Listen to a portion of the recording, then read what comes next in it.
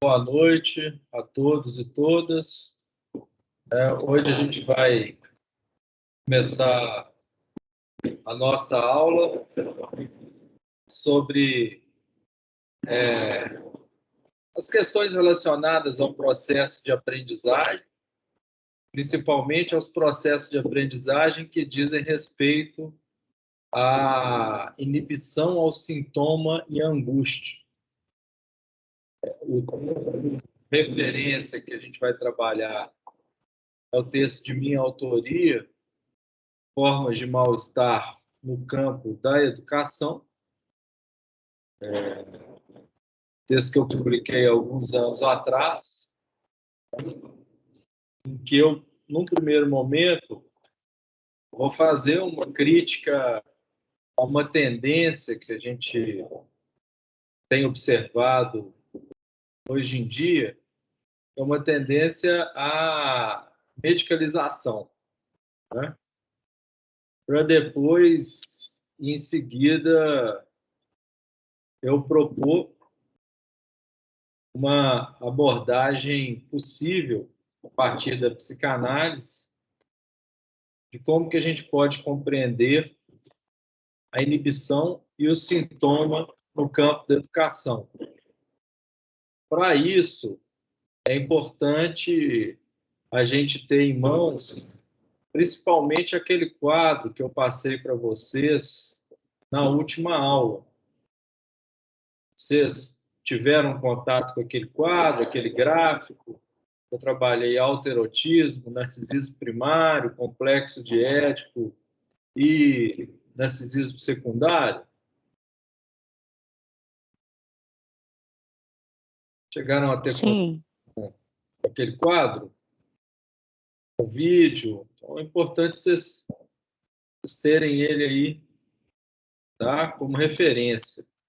Até peço, por gentileza, vocês ficarem com o quadro em mãos, né? É um quadro importante para a gente pensar as questões do processo da aprendizagem, tá ok? Então, o texto é esse que eu mostrei para vocês aqui na tela compartilhada, né? Texto que eu publiquei na revista de Psicologia da Educação da Universidade, da Pontifícia Universidade Católica de São Paulo, né? Então, no primeiro momento, eu faço uma crítica, né, a uma tendência do discurso da ciência de utilizar com frequência, principalmente nos diagnósticos que a gente tem percebido de uma forma geral, né, a nomenclatura DIS, né? Então, você vai usar, por exemplo, muito comum a gente ver, né, construções que tocam nessas questões relacionadas aos problemas de aprendizagem, que são, por exemplo, a questão relacionada à dislexia, né? Dislexia é uma nomenclatura comum, né? E a ideia da utilização dessa nomenclatura DIS, ela está sendo usada principalmente nos diagnósticos presentes nos manuais de psiquiatria, o DSM-4, o CID-10, né, que trabalha muito mais as questões relacionadas aos problemas específicos de aprendizagem, né, no lugar de pensar muito mais, né, como a psicanálise propõe, em vez de pensar nos problemas de aprendizagem, a psicanálise propõe pensar em sintomas, né? E aí, a partir da categoria de sintoma e a categoria de inibição para pensar essas categorias. A utilização desse prefixo dis, ele vem do grego dus, que quer dizer um mal ou uma falta, que traz uma noção de privação. Então, ela vai pensar que o sujeito, como se o sujeito ele tivesse um déficit, né? Ou como se ele tivesse muito mais um problema relacionado ao déficit de aprendizagem, como se o sujeito ele fosse uma máquina e o que, de certa maneira, produzia nas questões relacionadas aos problemas de aprendizagem fossem uma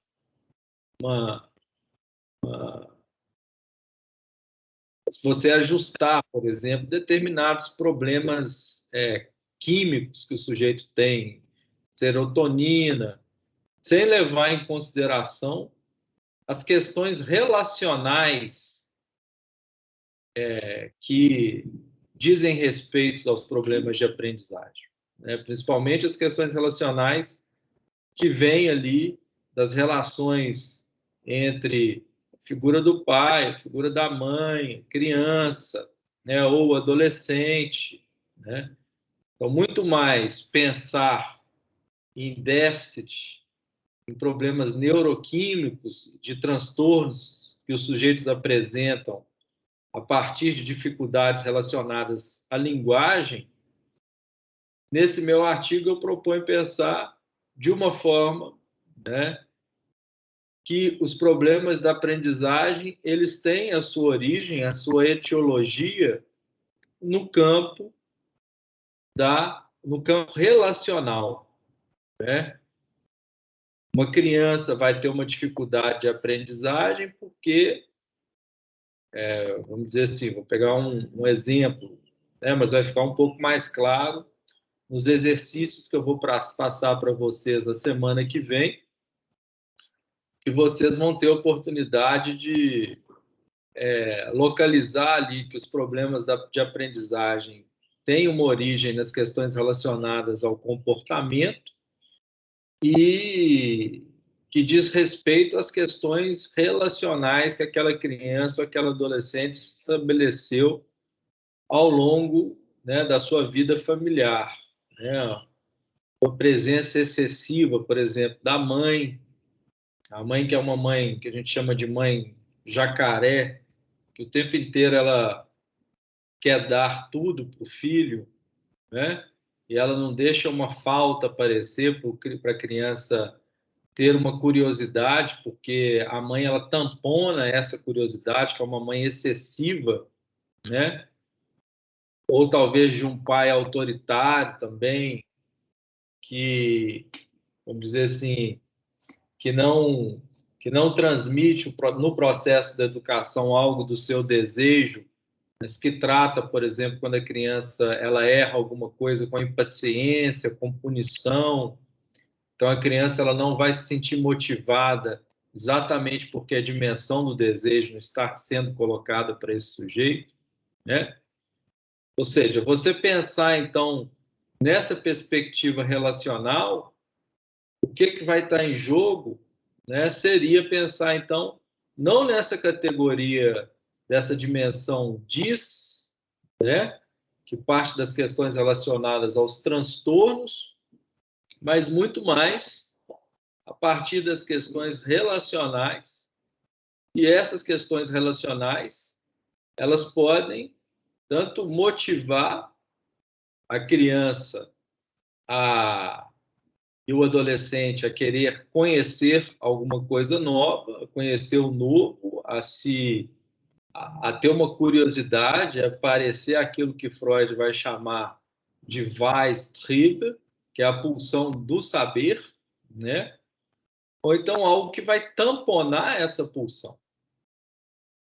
E nesse jogo, né, entre a questão do saber, né, e a questão da vontade de saber, a gente vai ver que é essa oscilação daqueles dois momentos no qual eu apresentei para vocês na nossa tabela, né?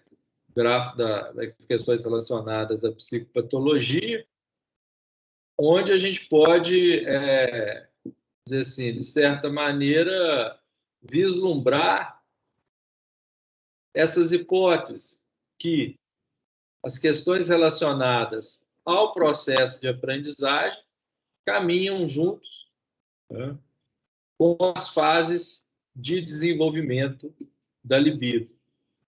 Então, se a gente tem essa passagem aqui do autoerotismo para o narcisismo primário, né, também aqui, se a gente for também seguir o desenvolvimento psicomotor, né, psicoafetivo do sujeito e a relação do movimento psicoafetivo do sujeito, as fases do autoerotismo para o narcisismo primário, a gente teria, assim, a partir de Piaget, acompanhando essa lógica freudiana, né, lembrando que Piaget vem depois de Freud, então, em certo sentido, Freud ofereceu ali um subsídio para Piaget desenvolver a sua teoria do conhecimento a partir do desenvolvimento psicoafetivo do sujeito. A gente vai ter aqui uma passagem do autoerotismo para o narcisismo primário e do narcisismo primário para o complexo de Édipo, que desemboca no narcisismo secundário,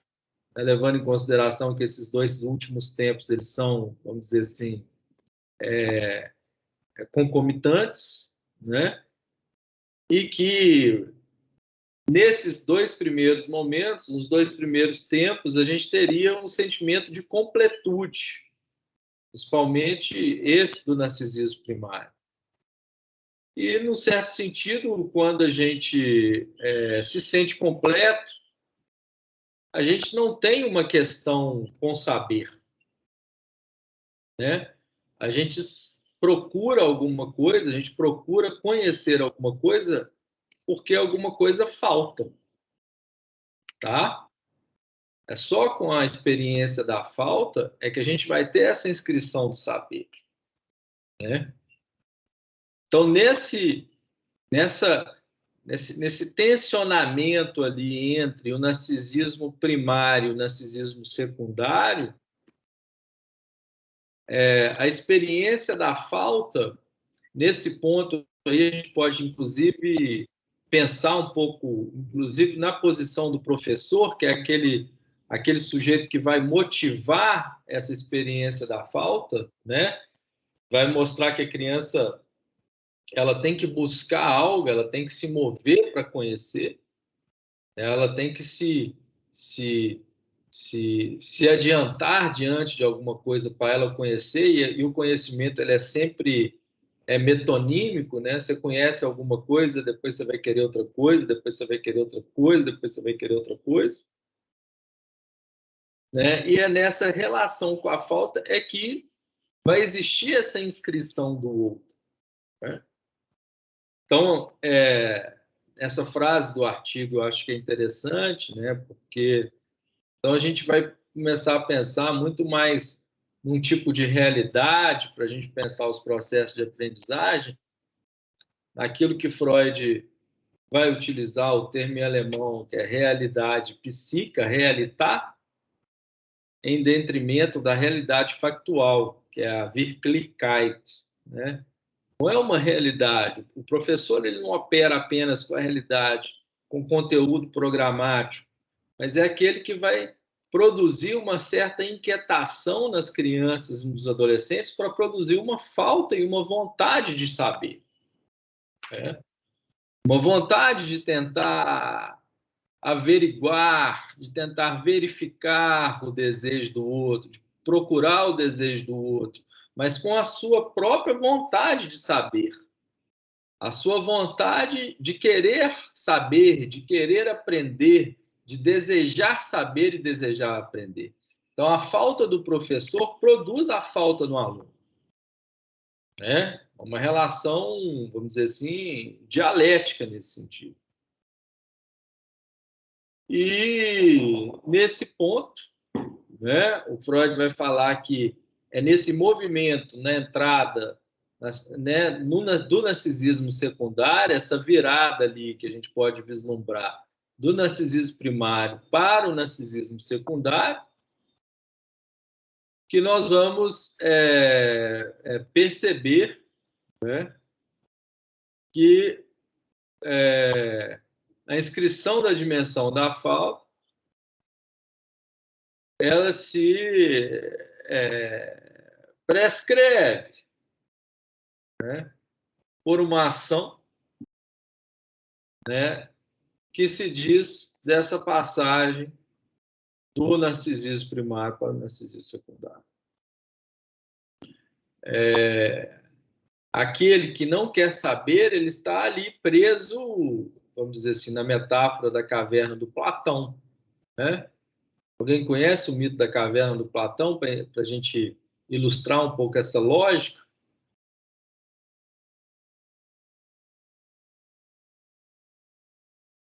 Sim.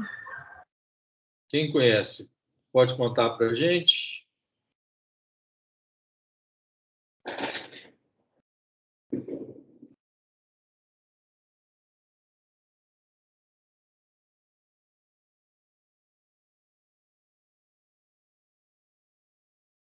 Quem pode contar o mito do Platão? Platonovsky.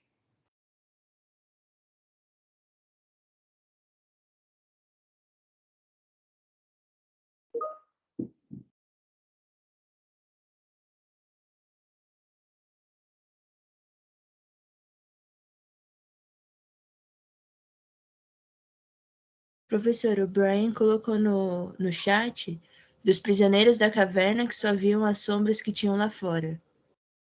É esse? Pode ler para a gente, por favor, então. Ele colocou só isso.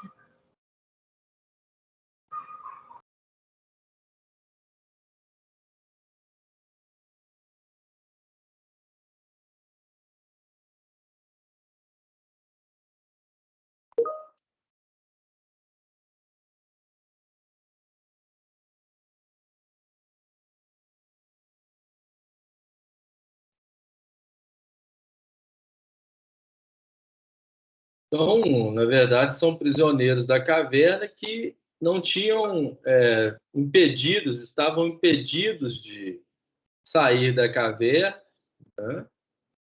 E que depois um sai da caverna, percebe que existe alguma coisa nova, percebe que tem alguma coisa diferente e tenta levar os colegas para fora da caverna. O narcisismo primário seria o sujeito dentro dessa caverna, né? Como que a gente pode utilizar essas categorias, então, de inibição para a gente pensar os processos de aprendizagem e, né, de sintoma? O Freud, num artigo escrito, né, conhecido, que é o Leonardo da Vinci, uma lembrança da sua infância, ele deixa claro que o fator primordial que leva o sujeito a querer saber algo é o desejo de descobrir as origens. Durante a vida infantil, o desejo de conhecer sobre a origem do homem termina frustrado, pois a criança nunca consegue chegar a uma resposta única.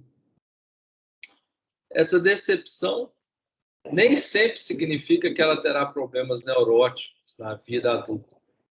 Tudo dependerá do modo como as pesquisas estão relacionadas com os interesses, né? E aí o Freud vai falar que para Da Vinci, a sublimação seria alcançada, né, e seria um percurso que Freud delimita alcançar, principalmente na obra de Da Vinci, a fim de que a pulsão sexual se transforme em uma atividade sublimada. Então, vamos dizer assim, no primeiro momento para Freud, as vontades, os interesses sexuais, eles começam a serem simbolizados, tá? Eles começam a serem sublimados para começar a aparecer outros tipos de interesses. Ou seja, então a gente teria ali aquele corpo, seria aquele corpo morcelê, né, que é o corpo fragmentado do primeiro tempo, depois uma questão da unidade corporal, as fases de desenvolvimento da libido, oral, anal e fálica, para em seguida chegarmos num terceiro tempo, onde a dimensão do simbólico, algo do simbólico ali, da experiência da falta se inscreva e o sujeito se lance no campo da representação e no campo da linguagem para ele ter um tipo de satisfação, né? Então, é um pouco esse caminho aí que o Freud vai trabalhar. Mas é importante a gente saber, nesse processo de aprendizagem que a psicanálise propõe, existem duas fases importantes, que seria um determinado momento onde o sujeito ele se vê inibido, né? Nós teríamos aí, no caso, a inibição, tá certo? A terceira saída para as investigações infantis, então, seria a questão da inibição, né? Também, nesse caso, vou citar o Freud, a pesquisa e a vontade de saber torna, a certo ponto, compulsivo e funciona como substituto para a atividade sexual. Mas, devido à total diferença nos processos psicológicos subjacentes, sublimação ao invés de um retorno do inconsciente. A qualidade neurótica está ausente. Não há ligação com os complexos originais da pesquisa sexual infantil e o instinto pode agir livremente a serviço do interesse intelectual. A repressão sexual que torna o instinto tão forte, ao acrescentar-lhe libido sublimada, ainda influencia o instinto no sentido de fazê-lo evitar qualquer preocupação com esses temas sexuais. E Freud começa, em certo sentido, a compreender os processos de inibição, né? Trazendo a ideia que é importante notar como aquilo que poderia dizer propriamente intelectual já se apresenta desde o início vinculados indissociavelmente à relação afetivo-relacional. As fantasias infantis campeiam em terrenos de alta repressão e geram com isso tensões adicionais. As atividades de curiosidade infantil são, não raras vezes, fortemente reprimidas em nosso meio, e a criança muito questionadora, tida como perturbadora, inconveniente, indisciplinada, denotam a incapacidade dos adultos em lidar com suas próprias questões e tensões advindas do processo de elaboração da sexualidade. As questões das dificuldades do sujeito constituem tema central no texto de Freud, de 1926, Inibição, Sintoma e Angústia, na qual se encontra uma das contribuições essenciais da abordagem clínica dessas três formas de mal-estar no campo do sujeito. Freud relata que existe uma relação entre inibição e angústia, uma vez que a primeira pode surgir como uma tentativa de evitar a segunda. Para ele, as inibições têm diferentes origens. Pode surgir em decorrência de uma tentativa do ego de evitar um conflito com o id, com o superego, ou podem ocorrer em função de empobrecimento da quantidade de energia. Para Freud, a inibição está intimamente ligada a uma função e, por isso, ela define essa função como limitação normal do eu. Ou seja, para Freud, a inibição ela seria puramente egóica. Não teria, por exemplo, um fator inconsciente. A gente pode pensar, por exemplo, quando existe um fator inconsciente no processo de aprendizagem, a gente pode chamar isso de sintoma. Vamos dizer, por exemplo, uma criança, né, de que ela não quer aprender matemática, e aí a psicopedagoga, a pedagoga, né, ela vai averiguar e ela percebe que o pai e a mãe são professores de matemática, né? Então, no sintoma, a gente vê um endereçamento, tá certo? Do sujeito no outro. Aqueles exemplos, por exemplo, que a gente viu nas 5 lições de psicanálise, onde o sujeito ele tem uma forma de sofrimento e essa forma de sofrimento ela vem a partir de uma experiência traumática, tem uma certa historicidade, vamos dizer assim.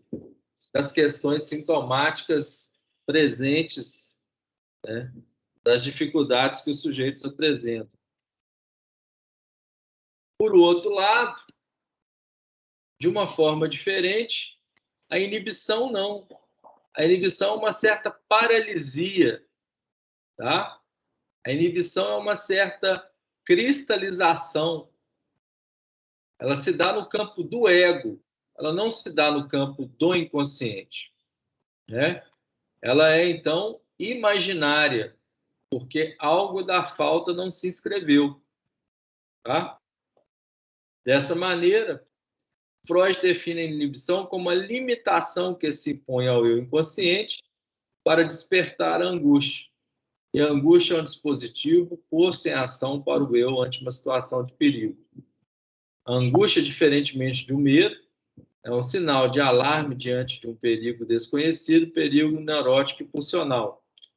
Assim, podemos supor que a inibição é um mecanismo do qual se origina a maioria das condutas do fracasso. Por isso é que Freud fala da inibição, por exemplo, para pensar a anorexia, né, para pensar a paralisia, para pensar a impotência. Vamos pensar um pouco a questão da função motora da paralisia, né, um sujeito que não se move, a partir dessa categoria de inibição. A inibição seria, portanto, uma defesa muito radical, um mecanismo para se evitar o desenvolvimento de uma angústia, né? Exatamente, então, quando o sujeito ele não se sente ali impelido a querer descobrir algo, impelido a entrar num processo de aprendizagem, o sujeito que está ali paralisado, né? Vamos dizer assim, que ele não tem vontade de aprender, né? Ele fica ali no processo cristalizado. Aí que a gente vai pensar, então, nos processos da inibição, é muito mais próximo ali, né, do narcisismo primário, onde tem esse componente imaginário, onde tem esse excesso de imaginário, onde a falta não consegue se inscrever. E os processos de problemas de aprendizagem relacionados ao sintoma, eles têm um certo endereçamento. Eu não quero aprender por quê? Porque meu pai me bate, porque eu não quero aprender matemática, meu pai e minha mãe são professores de matemática, porque eu vou à escola, eu estou pensando muito mais em comer, né, do que em aprender, né? Também tem esse componente social, vamos dizer assim, que repercute no processo de aprendizagem. A inibição seria, portanto, uma defesa muito radical, um mecanismo para se evitar o desenvolvimento da angústia. Ela é uma ação que se instala no ego, e por isso que Freud pode fazer uma distinção fundamental entre sintoma e inibição, dizendo que, diferentemente dessa última, o sintoma não é um processo que acontece no ego. Freud conclui que a inibição é uma medida de precaução, um processo exclusivamente inerente ao ego, e por isso não se confunde com o sintoma. Desse modo, enquanto a inibição constitui um processo preventivo exclusivo inerente ao ego, o sintoma é uma formação de compromisso, né? Ou seja, ele tem um endereçamento ao outro, né? Para Freud, um sintoma, ao contrário de uma inibição, é um sinal de algo patológico que não ocorre dentro do ego, nem atua sobre este. O sintoma teria um caráter de extraterritorialidade, já que existe fora, independente do ego. O sintoma é acarretado pelo recalque sob o sinal e substituto de uma satisfação pulsional. A gente já sabe, né? Nós lemos as 5 lições que Freud ele delimita muito claramente o que é o sintoma, né? Principalmente a relação do sintoma com a experiência traumática e com as questões relacionadas à passagem do complexo de Édipo.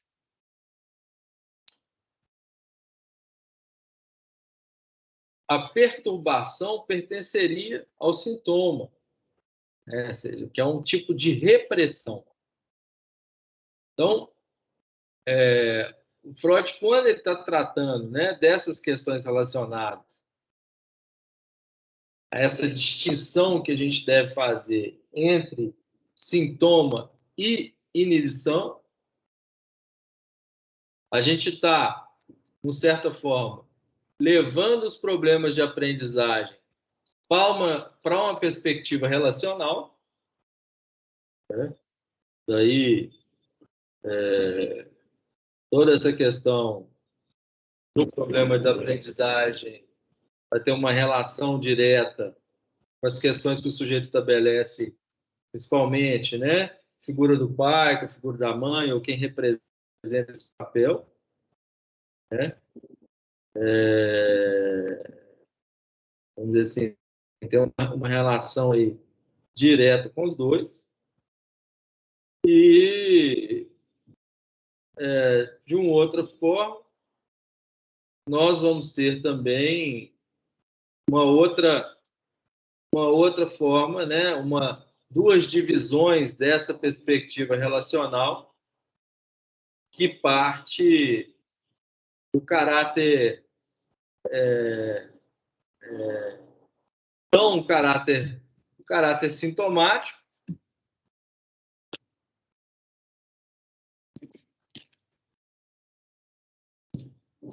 sintomático, então, né? Como que a questão relacional, ela também tem uma relação direta, né, com duas outras vertentes que ou a gente pode pensar o problema de aprendizagem a partir do sintoma ou então a partir da inibição. A inibição, ela tem uma relação direta com uma certa paralisia, com essa dimensão imaginária, com uma certa paralisação, né? E o sintoma, por um outro lado, ele tem uma relação direta com essas questões relacionadas ao inconsciente, né? Você não aprende porque eu não consigo ser melhor do que, vamos dizer assim, do que meu pai, né? Eu tenho um pai, uma criança que tem um pai que é um grande historiador, né? E a criança ela não consegue aprender ali porque o pai ele é tão onipotente ali, né? Tão brilhante que ele, né? Vamos dizer assim, não motiva a criança a aprender, né? Então, se a gente parte do princípio que existe dentro do processo relacional, né, do processo da aprendizagem, essa perspectiva relacional que vai, vamos dizer assim, pensar muito mais no processo da aprendizagem a partir dessa perspectiva relacional, né, que leva em consideração o inconsciente, a gente tem duas formas de pensar o problema da aprendizagem. A partir da questão imaginária ou a partir da questão simbólica, né? Então, o sintoma, né, seria uma formação que será desenvolvida como resultado de uma defesa diante do sujeito de uma angústia como sinal. Existe um processo pulsional vindo, né, do isso em direção ao eu, né? Então, algo de um tipo de satisfação que viria do inconsciente em direção ao eu, e o resultado dessa operação é o sintoma, desse conflito entre ego e inconsciente. Nesse caso, com relação ao problema de aprendizagem, vamos encontrar na clínica fenômenos que estão mais do lado do gozo e que demandarão outra intervenção, né? Em seguida, Freud diz que existe certa tensão entre o eu e o sintoma. O eu está propício à paz e quer incorporar o sintoma.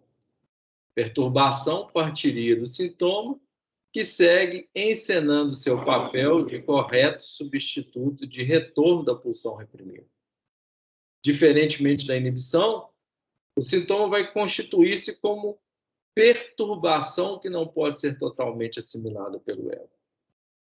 Nesse sentido, Freud define o sintoma como um corpo estranho.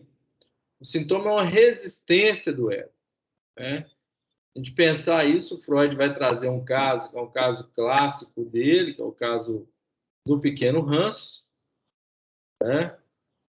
Que a criança desenvolve um sintoma de fobia, a ideia de sintoma, mas que esse sintoma de fobia ele tem um endereçamento. Assim, tomando o caso de Freud, do pequeno Hans, generaliza sua tese de que toda a formação do sintoma, em última instância, é movida pela angústia de castração. Neste mesmo capítulo, Freud começa a desenvolver a estrutura fundamental da angústia de castração como motor do recalque da formação dos sintomas. Os primeiros textos, ele deixa clara a tentativa de Freud de expressar a psicologia, né, em termos de formação, né? E aí, por exemplo, no caso do Hans, ele desenvolve o sintoma de fobia porque ele tem um endereçamento à figura do pai, né? Seria uma agressividade que esse menino, né, o Hans, em alemão quer dizer cavalo, que ele não consegue projetar para a figura do pai. Então, essa agressividade, ela vem, vamos dizer assim, de uma maneira oposta, né? Porque a questão da pulsão, ela sai, né? Ela sai das questões, vamos dizer assim, ativas para as questões passivas, né? Então, se eu quero agredir meu pai, o cavalo me agride, né? Então, o cavalo, ele vira um objeto de medo do pequeno Hans. Por isso que o Hans, ele desenvolve a fobia de cavalos, né? E essa fobia de cavalos aparece como um sintoma que é uma mensagem direcionada a um outro que seria o outro paterno. Pensar Hans dentro de uma escola.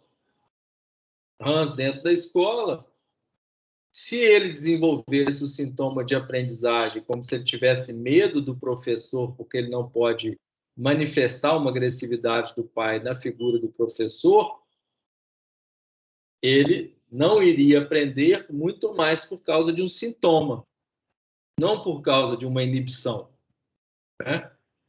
Daí é importante a gente pensar nessa categoria, nessa diferenciação entre sintoma, para a gente pensar nas questões relacionadas ao processo de aprendizagem, e uma inibição, que existe uma relação com uma certa paralisia, né? Se a gente pode compreender, né? Então, seria uma paralisia que esse sujeito vive. Dessas duas maneiras que a gente pode compreender os fenômenos de aprendizagem, né? A partir da perspectiva relacional da psicanálise, né? Então, gente, esse artigo aí eu queria, né, trazer para vocês, e aí a gente vai fazer um exercício. Na semana que vem, eu fiz vários casos clínicos, eu gostaria que vocês escrevessem, lendo os casos clínicos, se vocês entendem, né, os problemas de aprendizagem que eu vou apresentar para vocês como sintoma ou como inibição. Tá? Tá certo, pessoas? Ok. Tá certo. Tá certo. Deu para entender um pouco aí? Como é que alguma dúvida?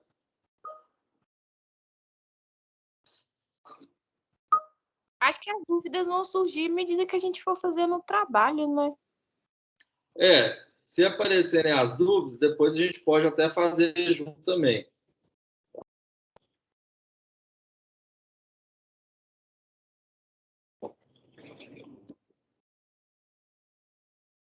Combinado? Combinado. Combinado. Então tá. Boa semana para vocês. Lembrando, então, que a semana que vem a aula é uma aula assíncrona, tá?